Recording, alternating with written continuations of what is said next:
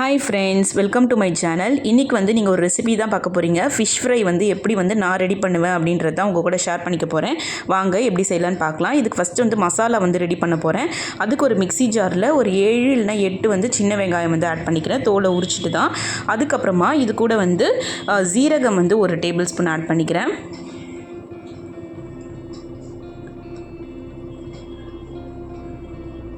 Next வந்து சோம்பு வந்து ஒரு அரை டேபிள் ஸ்பூன் ஆட் பண்ணுங்கள். மிளகு வந்து ஒரு டேபிள் ஸ்பூன்,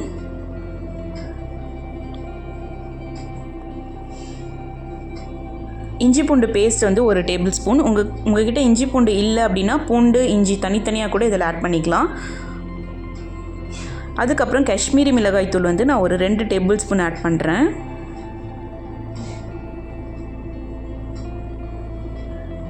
மஞ்சள் பொடி ஒரு அரை டேபிள் ஸ்பூன். காரத்துக்கு வந்து மிளகாய் தூள், இது வந்து வீட்டில் அரைச்ச மிளகாய் தூள் தான், ஸோ அதுதான் ஆட் பண்ணுறேன். காஷ்மீரியில் அந்தளவு காரம் இருக்காது, அதனால் வந்து வீட்டில் அரைச்ச மிளகாய் தூள் ஆட் பண்ணிக்கிறேன். ஒரு 3 டேபிள் ஸ்பூன் அளவுக்கு ஆட் பண்ணிட்டேன். அதுக்கப்புறம் வந்து லெமன் ஜூஸ் ஒரு ஆஃப் லெமனை மட்டும் ஜூஸ் பிழிஞ்சு இந்த மாதிரி வச்சுருக்கேன், ஸோ அதை ஆட் பண்ணிக்கலாம். இப்போ நெக்ஸ்ட்டு லாஸ்ட்டாக வந்து ஆயில் வந்து ஆட் பண்ணணும். ஒரு 2 டேபிள் ஸ்பூன் அளவுக்கு ஆயில் ஆட் பண்ணிக்கலாம். ஆட் பண்ணிவிட்டு இதை நல்லா வந்து நம்ம பேஸ்ட்டாக வந்து அரைச்சிக்க போகிறோம். இப்போ பார்த்திங்கன்னா பேஸ்ட் வந்து அரைச்சாச்சு. ஸோ இந்த மாதிரி தான் இருக்கும். கலரும் பாருங்கள், நம்ம காஷ்மீரி சில்லி யூஸ் பண்ணதால் கலராகவும் இருக்கும். நான் வந்து இன்றைக்கி என்ன ஃபிஷ் எடுத்திருக்கேன்னா நகர பொடின்னு சொல்லுவாங்க, அந்த ஃபிஷ் தான் எடுத்திருக்கேன். ஸோ அதை நல்லா மஞ்சத்தூள் போட்டு நல்லா வாஷ் பண்ணிக்கங்க. ஃபிஷ் வந்து இந்த மாதிரி மஞ்சத்தூள் கண்டிப்பாக போட்டு வாஷ் பண்ணிவிடுங்க, இல்லைனா அந்த கவுச்ச ஸ்மெல் வந்து வரும். ஸோ இந்த மசாலா கூட வந்து எக்ஸ்ட்ரா வந்து உப்பும் கார்ன்ஃப்ளவர் மாவும் நான் ஆட் பண்ணியிருக்கேன். கார்ன்ஃப்ளவர் ஒரு 2 டேபிள் ஸ்பூன் ஆட் பண்ணேன். உப்பு தேவையான அளவுக்கு ஆட் பண்ணி நல்லா மிக்ஸ் பண்ணிட்டு இப்போ ஃபிஷ்ஷை எடுத்து ஒரு ஃபிஷ்ஷாக எடுத்து இந்த மாதிரி மேலே வந்து ஃபுல்லாக வந்து அப்ளை பண்ணிவிடுங்க. மசாலா நல்லா கோட் ஆகிற மாதிரி ஃபுல்லாக அப்ளை பண்ணிவிடுங்க.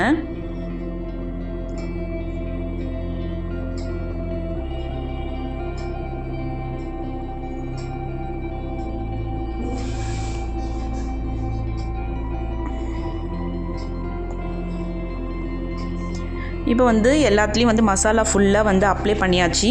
ஸோ இது அப்படியே வந்து மேரினேட் ஆகும். 1 hour கிட்ட மேரினேட் ஆனால் ரொம்ப நல்லாயிருக்கும். ஸோ அப்படியே வந்து வச்சிடலாம். மேலே கொஞ்சமாக கருவேப்பிலை போட்டு வச்சுட்டேன். ஃப்ரை பண்ணும்போது நம்ம வந்து கருவேப்பிலை போட்டுக்கலாம். இப்போ 1 hourக்கு அப்புறம் பார்த்திங்கன்னா நான் வந்து தோசை கடாய் தான் வச்சுருக்கேன். ஸோ அதில் வந்து நான் தேங்காய் எண்ணெய் தான் ஃப்ரை பண்ணுறதுக்கு யூஸ் பண்ணுறேன். நீங்கள் உங்ககிட்ட என்ன ஆயில் இருக்கோ அதை யூஸ் பண்ணலாம். பட் தேங்காய் எண்ணெயில் வந்து நம்ம ஃப்ரை பண்ணும்போது அதோட ஸ்மெல் வந்து ரொம்ப சூப்பராக இருக்கும். மீன் எக்ஸ்ட்ரா வந்து நம்மளுக்கு டேஸ்ட் இருக்கும். ட்ரை பண்ணி பாருங்கள் ஒரு தடவை. ஒரு கொத்து கருவேப்பிலையை போட்டுட்டேன். இப்போ வந்து நம்ம ஃபிஷ் வந்து ஒன்று ஆட் பண்ணிடலாம்.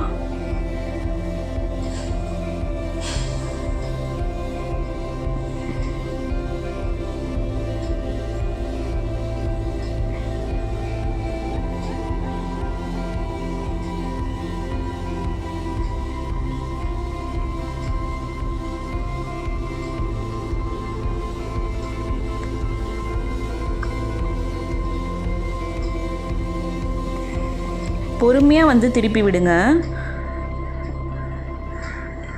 நல்லா குக் ஆனதுக்கப்புறம் திருப்பி விட்டீங்க அப்படின்னா வந்து கரெக்டாக இருக்கும். இப்போ பாருங்கள், உங்கள் கிட்டே காமிக்கிறேன் பாருங்கள், செம்ம சூப்பராக வந்து இருந்தது. நல்லா அந்த மசாலாலாம் ஃபுல்லாக கோட்டாகி நம்மளுக்கு சூப்பராக இருக்கும். டேஸ்ட்டும் ரொம்ப நல்லாயிருக்கும். இந்த மாதிரி மசாலா ரெடி பண்ணி போடும்போது நீங்களும் வந்து இந்த மாதிரி ட்ரை பண்ணி பாருங்கள். ட்ரை பண்ணிவிட்டு உங்களுக்கு எப்படி வந்துச்சுன்னு மறக்காமல் கமெண்ட் பண்ணுங்கள். என்னோடய சேனல் இப்போ தான் நீங்கள் ஃபஸ்ட் டைம் பார்க்குறீங்கன்னா மறக்காமல் என்னோடய சேனலை சப்ஸ்கிரைப் பண்ணி சப்போர்ட் பண்ணுங்கள் ஃப்ரெண்ட்ஸ். இன்னொரு இன்ட்ரெஸ்டிங்கான வீடியோவில் மீட் பண்ணலாம். பாய் பாய்.